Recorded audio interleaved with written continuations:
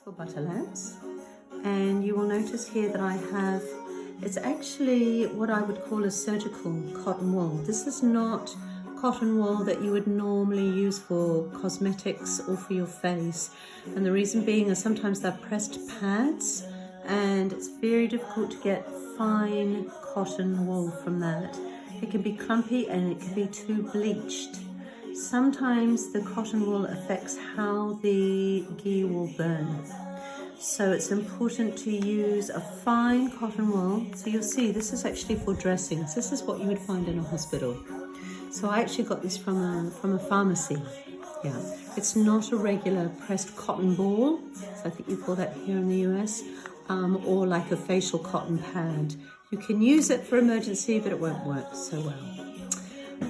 Here I have 2 lamps. Now, I'm going to just show you one type of rolling a wick. Basically, when you pull a little bit off, you're going to hold it. I'm going to roll with my right hand, so I hold it in my left, between my thumb and my forefinger like so. And you'll see it's already got a little shape as if it's going to be the top of a wick. So I'm going to use my pointer finger and my thumb tightly to roll towards me and to start rolling the wick, like so.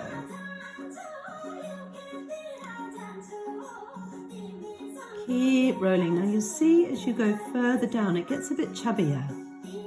And the bottom of the wick that you're going to put into the hole of the butter lamp needs to be like a little bit like a Q-tip or a cotton bud.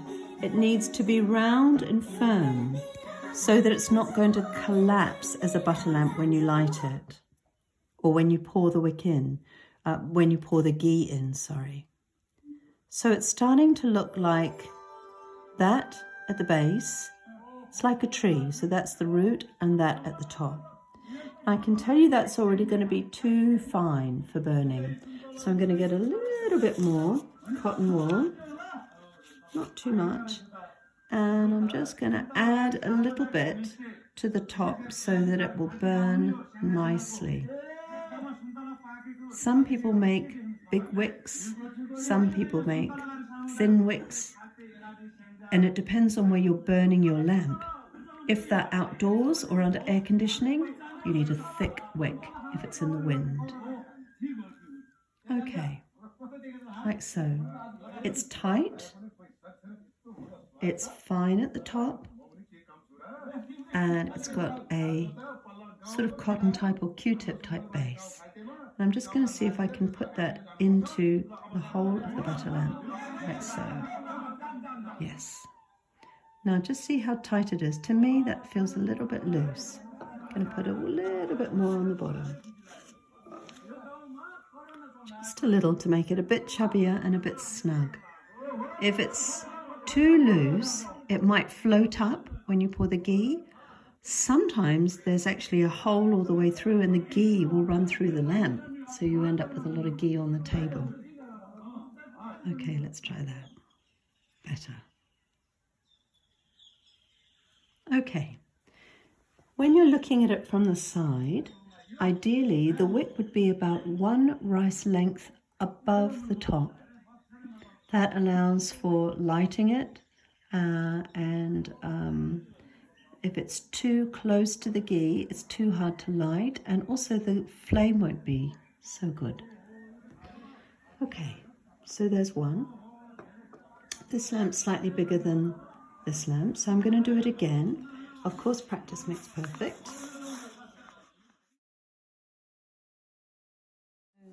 This is butter lamp number 2.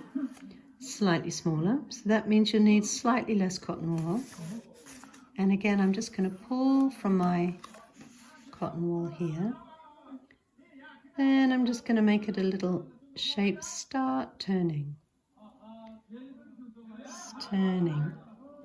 If your hands are too dry and the cotton wool doesn't turn, you can just touch your finger in a little bit of water to make it damp. And then that will help for the cotton wool to grip and start to turn. Okay, this one's a bit chubby. I'm starting to make my little cotton bud at the bottom. And I think I've got a bit too much there. Let's see. Pull that off. always practice makes perfect. Sometimes my wicks are too big, sometimes too small, depending on the size of the lamp and how often you've made them. Okay. So note I'm rolling towards myself. Rolling towards myself. I'm not rolling away. Rolling towards me. Let's have a little look. Okay, so we've got a top, we've got a bottom. I think it might be a wee bit tall. Let me just see if I can fit it in here. Sometimes you have to give it a jolly good push. Yeah. Okay, and again you're just looking at the height. It might be a wee bit tall, but it's a bit fine at the top, so I'm just going to leave it as it is. Okay. So you have 2 lamps. By the way, if the wick is a bit tall, I'll show you just what you can do. Have a little pair of embroidery scissors, especially for this purpose, so they remain clean. You can just give a little snip. Have a look. So a little snip. Boink. Oh, where is it? There. Yeah. And that, if it is too long, because you're still getting used to how long you have to make the wick, and you can just give it a little snip so it's about the right height. Okay, for pouring, you're going to need your ghee melted and a jug that pours nicely, finely, not broad so that it's going to splash everywhere. Quite often you need a little bit of tissue just to make sure that it's not going to drop onto your surface. I've got a toothpick and you'll see what that's going to be used for after I pour.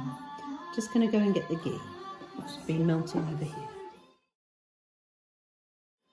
Now, the ghee you need to melt on a really low heat.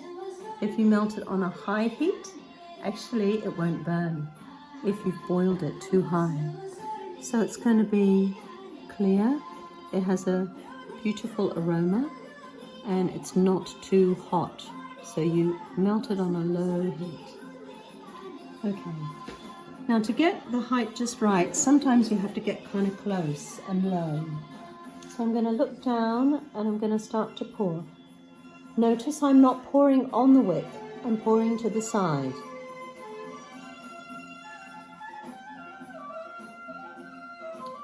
And I'm pouring right up to the top, but so hopefully it doesn't overflow.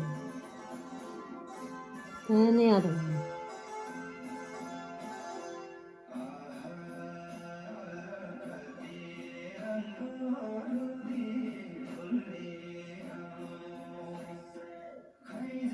Okay, and I'll just pull that back.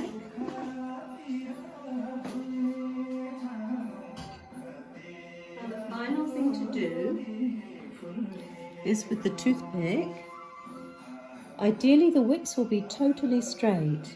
You can see here one of them's a little curly, so I'm just going to give it a nudge so it stands straighter. Yeah. That's the purpose of the toothpick. And also, sometimes you need to just make sure there's a little bit of ghee on the wick so that it's easy to light.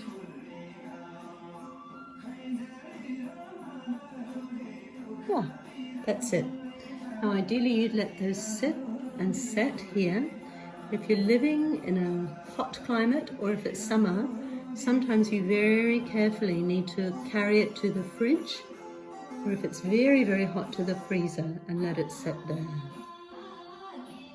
Butter lamps made.